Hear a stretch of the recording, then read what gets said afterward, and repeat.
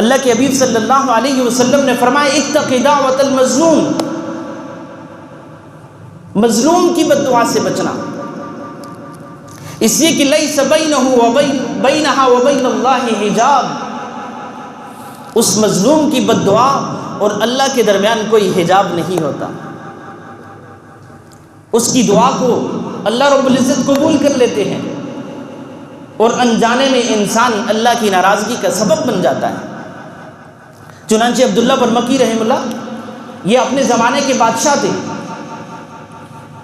تو بادشاہت کا زمانہ ختم ہوا تو جیل کی سلاخوں کے پیچھے اپنے بیٹے کے ساتھ قید تھے، تو بیٹے نے ایک دن پوچھا ابا جان ہم تو عیش و عشرت میں تھے، اتنی اچھی بھلی زندگی گزر رہی تھی، آپ آرڈر کرتے تھے سنا جاتا تھا، آپ بات کرتے تھے، آپ کی بات کے اوپر ہزاروں لوگ تیار ہو کر کے آپ کے سامنے غلام بن جایا کرتے تھے، پھر یہ کیا ہوا کہ آج تو ہماری کوئی سنوائی نہیں، جیل کی سلاخیں ہیں اور کوئی پوچھنے والا نہیں۔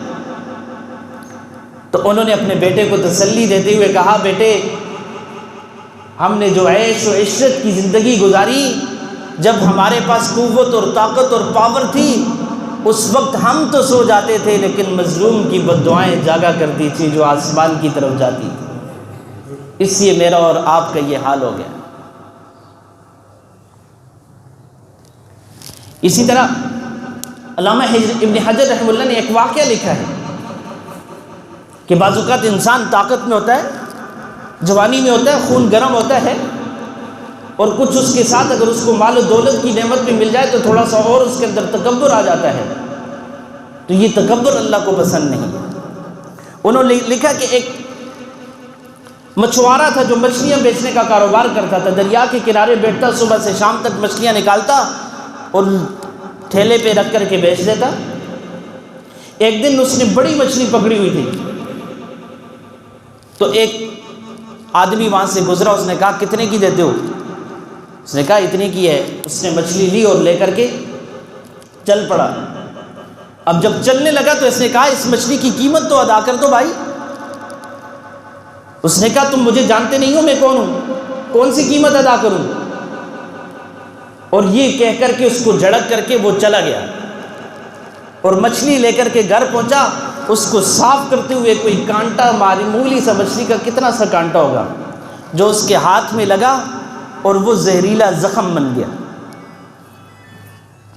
اب جب زخم بڑھنے لگا تو وہ طبیبوں کے پاس گیا۔ اس زمانے میں کوئی بے ہوشی کے آلات نہیں ہوتے تھے کہ انجیکشن لگا کر کے اس کو اس کے ہاتھ کو سن کر دیا جاتا اور پھر اس کے بعد جو ہے اس کے ساتھ عمل جراحی کا جو سلسلہ ہے اس کو جاری رکھتے۔ تو طبیب نے کہا یہ تو اتنا زہریلا زخم بن چکا ہے کہ اس کو اب کاٹے بغیر کوئی گزارا نہیں ہے، اگر اس کو کاٹا نہ گیا تو پھر تمہارا پورا بازو اور پورا ہاتھ جانے کا خطرہ ہے۔ چنانچہ دل نہ چاہتے ہوئے بھی اس نے آمادگی کا اظہار کیا کہ چلیں ایک انگلی یا انگلی کٹ جائے ہاتھ بچ جائے۔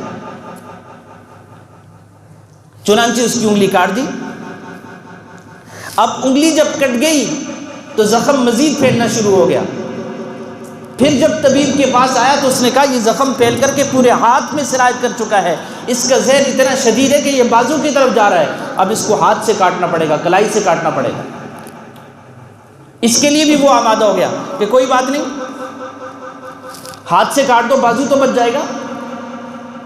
اور جب ہاتھ کٹ گیا تو پھر کچھ ٹائم کے بعد وہ زخم مزید پھیلتا گیا، مزید پھیلتا گیا، اور یہاں تک کہ پھر نوبت یہ آئی کہ اس کے بازو کو جڑ سے کاٹ دیا۔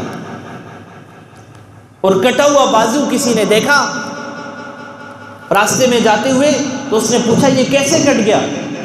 اس نے کہا یہ ایک مچھلی کا کانٹا لگا تھا جس سے یہ ایک زخم بنا، اور زخم پھیلتے پھیلتے یہاں تک سرایت کیا کہ اب یہاں تک پہنچایا ہے۔ اس لیے طبیب نے کہا کہ پہلے انگلی کٹے گی، پھر ہاتھ کٹا، پھر بازو کٹ گیا۔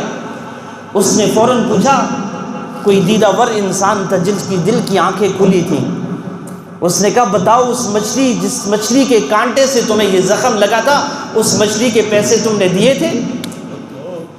اسے بھولی اور بسی یادوں میں یاد آ گیا کہ یہ تو میرا جوانی کا زمانہ تھا، میں طاقت میں تھا، میں قوت میں تھا، میں محلے کا چودھری اور چیئرمین بنا پھرتا تھا، سارے لوگ مجھ سے ڈرتے تھے، تو میں نے تو اس مچھلی کے پیسے نہیں دیے تھے۔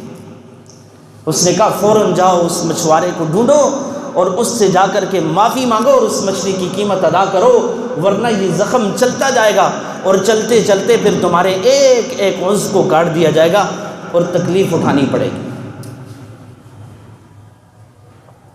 یہ ظلم کی داستانیں ہیں۔ وہ اس مچھوارے کو ڈھونڈ کر کے اس کے پاس پہنچا اور پھر اس سے اس نے کہا کہ مجھے معاف کر دو۔ اس نے معاف کیا تو یہ زخم یہاں رک گیا۔ عبرت کے نشان ہیں۔ آج تو زندگی بڑا دیر نہیں کرتی، بڑی جلدی جلدی معاملات صاف ہو جاتے ہیں۔ اللہ تعالی ہمیں ظالم بننے سے بچائیں۔